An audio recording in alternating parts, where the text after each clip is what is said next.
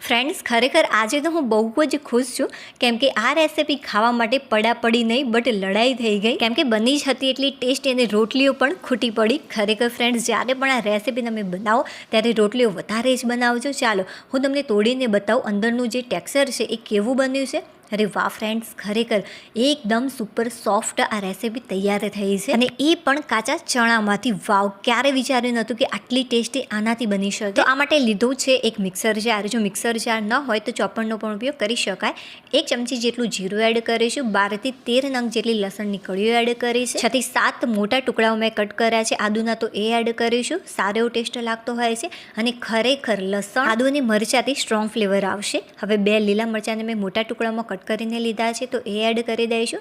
3 મોટી સાઈઝની ડુંગળીઓને મેં મોટા ટુકડામાં કટ કરીને લીધી છે, તો તે એડ કરી દઈશું. હવે બસ આને સારી રીતે ક્રશ કરી લેવાનું. અને હા, એકદમ ફાઇન ક્રશ નહીં કરીએ, મિક્સરને ચાલુ બંધ કરી અને આ ટાઈપની પેસ્ટ તૈયાર કરી લઈશું. અધકચરી પેસ્ટ મેં તૈયાર કરી લીધી છે. જે પેસ્ટ મેં તૈયાર કરી છે એમાંથી 2 મોટી ચમચી ભરીને મિક્સર જારમાં રાખી છે અને બાકીની જે પેસ્ટ છે 1 વાટકીની અંદર નીકાળી લીધી. અહીંયા મેં અડધી વાટકી જેટલા ચણા રાત્રે પલાળીને રાખ્યા છે, દેશી ચણા. આને બાફવાના નથી, આ રીતે આપણે કાચા ચણાનો જ ઉપયોગ કરીશું. તો જે પાણી હતું મેં બધું જ દૂર કરી દીધું છે અને સારી રીતે આને વોશ પણ કરી લીધા. હવે બધા જ ચણા મિક્સર જારની અંદર એડ કરી ફક્ત 2 ચમચી જેટલું પાણી એડ કરી અને સારી રીતે ક્રશ કરી લઈશું. જો જરૂર પડે તો તમે પાછળથી પણ પાણી એડ કરી શકો છો. તો સરસ મજાની પેસ્ટ તૈયાર છે. મેં પાછળથી 1 ચમચી જેટલું પાણી એડ કર્યું હતું. અને હા ફ્રેન્ડ્સ, વધારે પાણી ન પડી જાય એનું ખાસ ધ્યાન રાખો, નહીં તો જે આ પેસ્ટ છે વધારે પડતી સોફ્ટ થઈ જશે. અને જો વધારે પડતી સોફ્ટ થઈ જાય તો તમારે શું એડ કરવાનું એ પણ હું તમને વિડીયોની અંદર આગળ જણાવીશ. બધી જ પેસ્ટ મેં એક બાઉલની અંદર નીકાળી લીધી છે. ફ્રેન્ડ્સ, આ રેસીપી બનતા વધારે ટાઈમ નથી લાગતો, બટ હું તમને પરફેક્ટ માપ સાથે અને એકદમ પરફેક્ટ રીત સાથે શીખવાડું છું, એટલા માટે આટલો ટાઈમ લાગી રહ્યો છે. હવે બસ એ જ મિક્સર જારની અંદર 2 નાના ટામેટાને મેં મોટા ટુકડામાં કટ કરીને આ રીતે ક્રશ કરી લીધા છે. પાણી બિલકુલ પણ એડ નથી કરવાનું આની અંદર.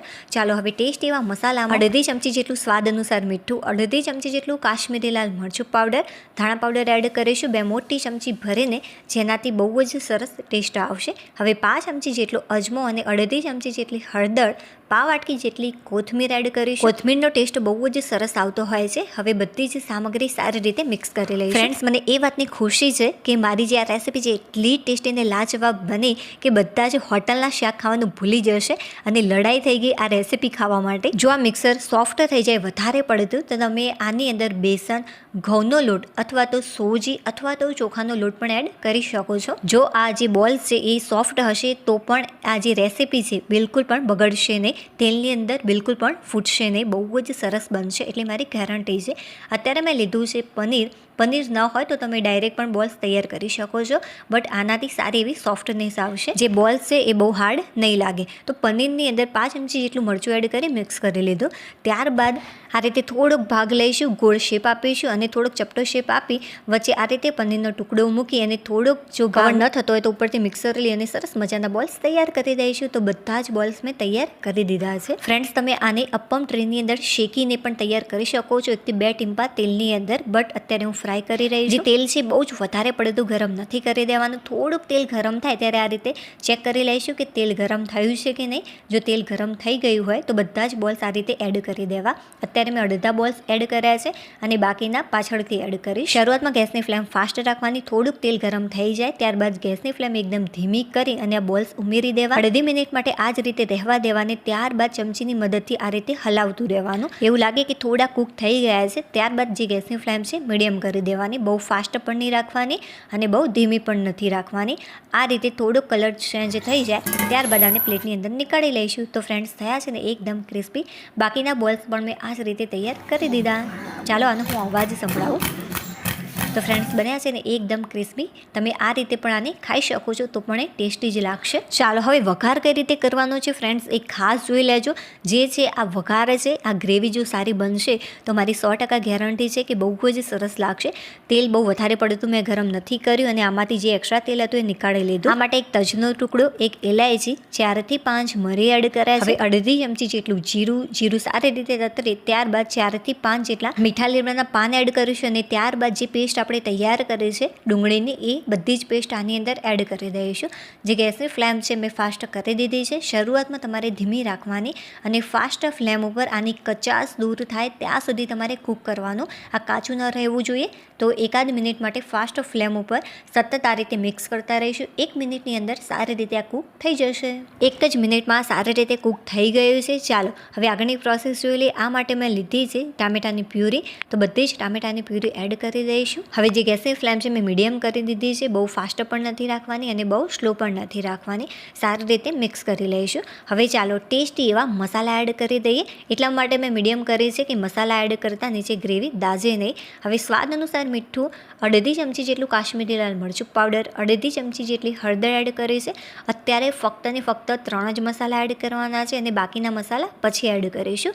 ચાલો હવે સારી રીતે એકવાર મિક્સ કરી લઈશું. આ જે 3 મસાલા એડ કર્યા છે એ સારી રીતે કૂક થયેલા હોવા જોઈએ. તેલ સારી રીતે બળી જાય ત્યાં સુધી આને કૂક કરીશું. ફરીથી જે ગેસની ફ્લેમ છે મેં ફાસ્ટ કરી દીધી. ફક્ત 1 મિનિટની અંદર સારી રીતે આ કૂક થઈ જશે. હવે સારી એવી ફ્લેવર આવે એ માટે 1 ચમચી જેટલો ધાણા પાવડર અને અડધી ચમચી જેટલો ગરમ મસાલો એડ કર્યો છે અને સારા એ પ્રમાણમાં અત્યારે જ કોથમીર એડ કરીશું. કોથમીર આ રીતે કૂક થયેલી હશે તો ખરેખર ગ્રેવીમાં બહુ જ સરસ લાગતી હોય છે. હવે ફરીથી આને મિક્સ કરી લેવાનું છે. સારી રીતે મિક્સ કર્યા બાદ આની અંદર 1 ગ્લાસ ભરીને મેં પાણી એડ કર્યું. પાણી બહુ જ વધારે પણ એડ નથી કરવાનું. 1 ગ્લાસ જેટલું ઇનફ છે. 1 ગ્લાસ કરતાં થોડુંક ઓછું હશે તો ચાલશે, બટ બહુ વધારે એડ નહીં કરતા, નહીં તો ગેસ જે છે એ બહુ જ વધારે તમારે ચાલુ રાખવું પડશે. પાછળથી પણ પાણી એડ કરી શકાય. હવે જે બોલ્સ આપણે તૈયાર કર્યા છે આની અંદર એડ કરીશું, બટ અત્યારે એડ નથી કરવાના. સારી રીતે ઉભરો આવે ત્યારબાદ જ બોલ્સ એડ કરવાના. એકવાર મિક્સ કરી લઈશું અને ત્યારબાદ તૈયાર કરેલા બોલ્સ આની અંદર ઉમેરી દઈશું. હવે ઢાંકણ ઢાંકી મીડિયમ ફ્લેમ ઉપર આને 4 થી 5 મિનિટ માટે કૂક કરી દઈશું. જો એવું લાગે કે સારી રીતે પાણી બળ્યું નથી તો ફરીથી તમારે ગેસ ચાલુ રાખી ઢાંકણ ઢાંકી અને કૂક કરી લેવું.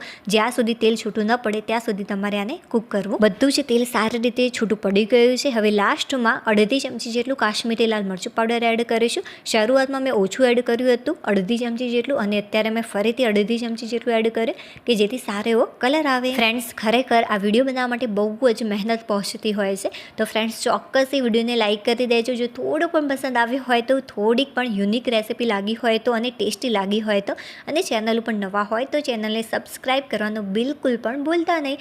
ચાલો હવે આપણે ફરીથી મળીશું એક નવી રેસીપી સાથે. ત્યાં સુધી બાય.